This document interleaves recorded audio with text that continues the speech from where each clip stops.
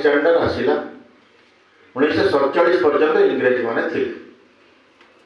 तेणु ये जो समय पर्यंत ये समय भितर आमे समस्ते पराधीन थिलु। ये आम पाठ्य पुस्तक पढ़ा जाए आम पराधीन थिलु कि वास्तव में कौन पराधीन थिलु? जदि पराधीन थांतु ताले ये 52टा जो मुसलमान राष्ट्र आज गठन हैला से केते वर्ष भितर गठन हैला आपण जानिछंती? ये 3 मास के 6 मास के मैक्सिमम 3 वर्ष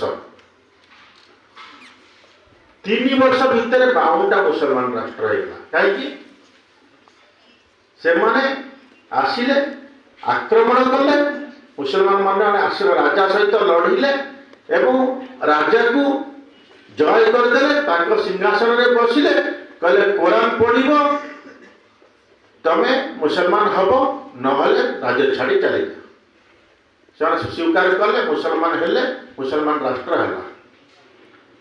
सेमती यूरोप रे ख्रिस्टियन माने आसिले ख्रीष्ट धर्म प्रचार कले ख्रिस्टियन राष्ट्र है।